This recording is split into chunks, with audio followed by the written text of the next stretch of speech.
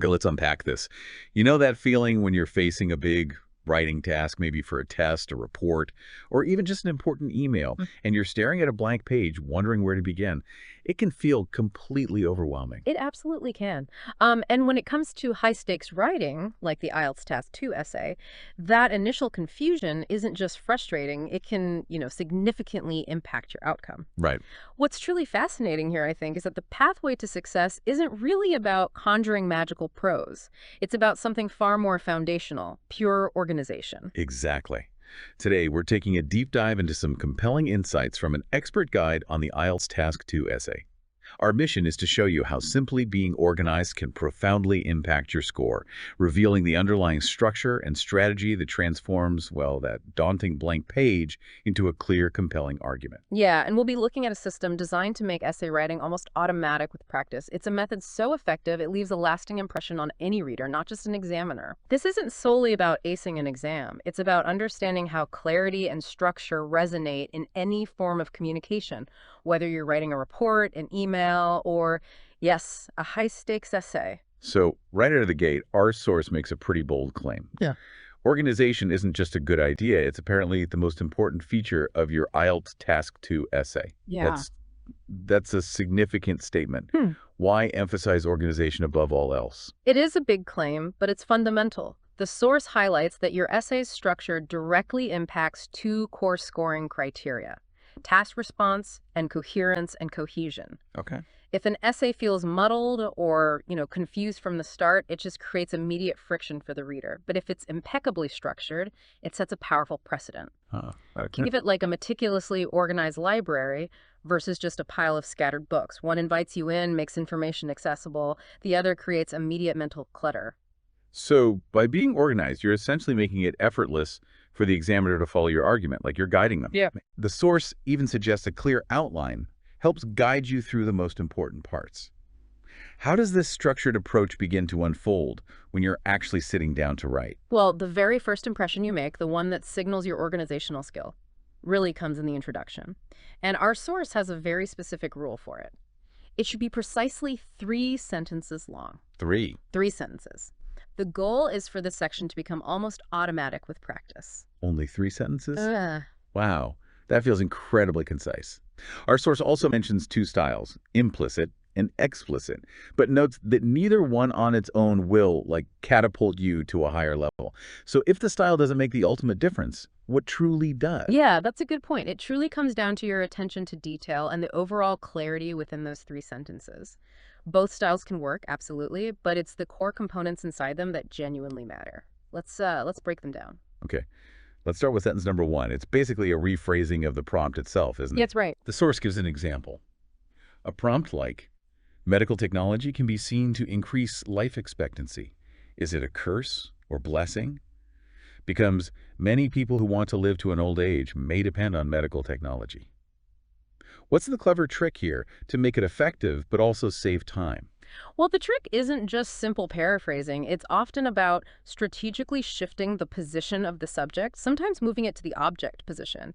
It's really about gracefully introducing the main subject of your essay to the reader. Right. And this technique is highlighted as a very fast way to get started, saving crucial time you'll definitely need later for refining and editing your thoughts. It just sets a clear, neutral stage.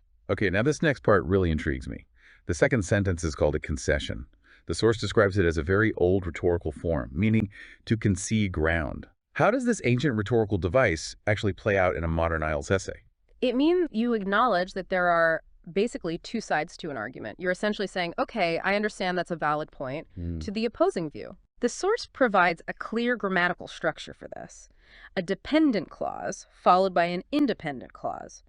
You'll typically use words like although, even though, or while to kick off that dependent clause. And the crucial detail I remember reading is that the side you support or have an opinion about is always in the independent clause. Always, yes. So if the prompt is about, say, advertising in schools being good for funding versus exploiting children, and you lean towards the beneficial side, your concession might sound like, although many people consider advertising in schools to be a detriment to education, Others believe that it is beneficial. Precisely. You're not giving reasons yet, just showing the reader, whether it's an examiner or, someone reviewing a proposal, that you understand there are different perspectives at play. Okay. This immediate acknowledgement of nuance builds credibility and makes your own thesis, which follows right after, much more persuasive. It's actually a really powerful way to frame your argument as balanced and thoughtful from the get-go. And finally, sentence 3, we arrive at the thesis statement. This is where you lay out what your essay will specifically cover. For our example, medical technology can be seen to increase life expectancy. Is it a curse or blessing? That's identified as an advantage and disadvantage essay type. Yes, and recognizing the prompt type is absolutely critical because it directly dictates how you structure your thesis. For an advantage-disadvantage essay, a standard thesis might simply be something like, this essay will discuss the advantages and disadvantages of medical technology. Pretty straightforward. But there's an extra layer for some essay types, isn't there? This opinion clause. Uh-huh. For advantage, disadvantage, or discuss both views and give your opinion prompts, you add a noun clause to your thesis, like and explain why people will live longer because of it. Yeah. The source really emphasizes always using why as the subordinate conjunction there. Grammatically, how does this noun clause kind of seamlessly integrate your opinion? Yeah, that's a great question about how this little grammatical trick works so well. So the verb explain is transitive, right? It needs a direct object to complete its meaning. Right. In this case, an entire clause, that noun clause, starting with why, functions as that direct object. It's just a very consistent and, frankly, elegant way to weave your opinion directly into the thesis, satisfying the exam's requirement without making it feel tacked on or awkward. I've seen students' eyes light up when they grasp this. It's like suddenly having a secret weapon for their intros. Okay, so putting it all together then, the full example introduction from our source for that medical technology prompt would sound like this. Many people who want to live to an old age may depend on medical technology. Although some people consider medical technology a detriment to life expectancy, others believe it is beneficial. This essay will discuss the benefits and detriments of medical technology and explain why people will live longer because of it. Wow. That reads with incredible clarity and intent. It feels really solid. It does. It sets a very clear roadmap. Okay, so once that clear introduction is established, what's the next foundational element the source highlights for us? Next up are the topic sentences. They're the next critical organizational feature. And they do more than just introduce a point. They provide the topic and the controlling idea for each of your body paragraphs. The controlling idea. Yes. The source explicitly warns against confusing them with just mere support sentences. They have a bigger job. So it's not just stating a reason, but actually setting up the entire paragraph. It sounds like these topic sentences are less like an appetizer and more like the whole menu for that paragraph. That's a great way to put it. The source gives a neat formula. There are many ways in which, or however, there are several arguments why.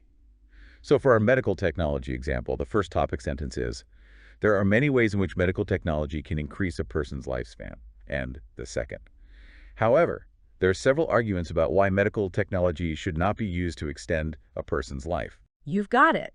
And these clear topic sentences, they're explicitly mentioned in the official scoring descriptors. They directly contribute to your coherence and cohesion mark. They really act like signposts for the examiner, making it super easy to follow your line of reasoning. Okay, makes sense. And then, of course, comes the actual meat of the essay, the support sentences, the examples, the details. Can you give us a taste of the specific details and maybe anecdotes used to bring these arguments to life in the example essay? Absolutely.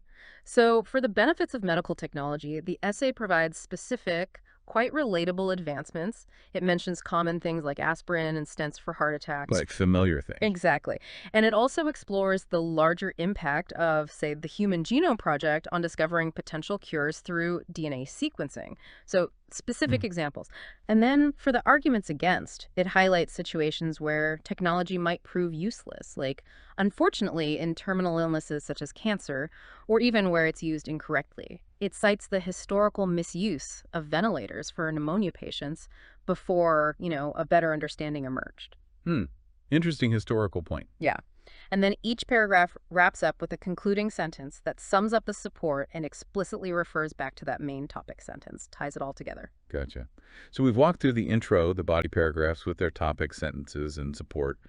What's the secret to crafting a really strong conclusion according to this deep dive? Well, while there are probably a few general ways to conclude an essay, For most IELTS prompts, the examiners are looking for two specific things: a cleverly rewritten thesis statement and a future-leaning comment. A future-leaning comment. Okay. And the source is very firm on this, I noticed. That future-leaning comment must not include any new information or ideas that weren't already mentioned somewhere in the essay itself. Yeah. That seems pretty crucial for maintaining coherence, right? It is, very much so. It's all about tying everything together neatly and offering a forward-looking thought based only on what you've already discussed. No surprises at the end. Right. So for the medical technology essay, the conclusion goes something like this. In conclusion, this essay has discussed the benefits and drawbacks of medical technology. In my opinion, although problems arising from the patient's condition or use of medical equipment may persist to some small degree, I believe that people will continually be able to live longer as long as medical technology continues to evolve. Ah, okay. See how it beautifully encapsulates the discussion and projects its implications, reinforcing the core argument without adding anything new.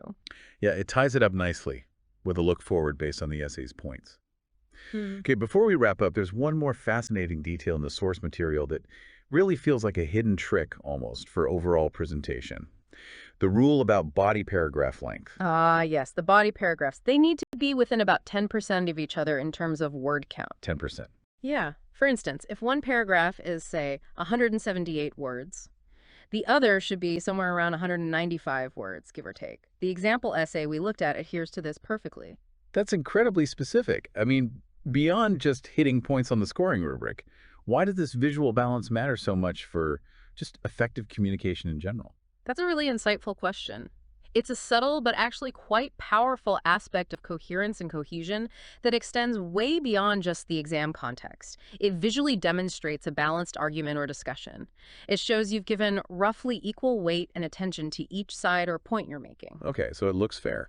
Exactly. Yeah. And this isn't just some examiner's preference. It kind of taps into our innate human desire for fairness and balance. When an argument appears balanced, it's often perceived as more credible and less biased, which, makes it much easier for the reader to absorb and ultimately trust your message, regardless of whether it's an essay, a report, or anything else. Fascinating. So, what we've really unpacked today is the incredible power of structured organization in essay writing, especially for something as critical as the IELTS Task 2. It's really about transforming what feels like a complex challenge into a clear, step-by-step process. It really shows how understanding the underlying framework, from that precise three-sentence introduction all the way to the balanced body paragraphs, isn't just about meeting requirements on a test. It's about crafting a truly compelling and easily digestible argument. Honestly, it's a method that consistently leads to breakthroughs for writers I've worked with. Yeah, this deep dive has certainly revealed that clarity, coherence, and real impact often stem directly from a meticulously planned structure. It's almost like building a strong architectural blueprint before you even think about laying the first brick, just ensuring the entire thing stands tall and proud. Exactly. And, if we connect this to the bigger picture, it does raise an important question for all of us, I think. Yeah. In a world that's just inundated with information, where we're constantly processing and trying to evaluate diverse viewpoints, how does a highly structured, really organized presentation of ideas, like the one we've explored today, actually shape your perception of its validity? And how does it influence your ability to truly absorb and understand its core message? That's maybe something to mull over as you encounter your next piece of dense information, whatever it might be. How is it structured, and how does that structure affect how you receive it?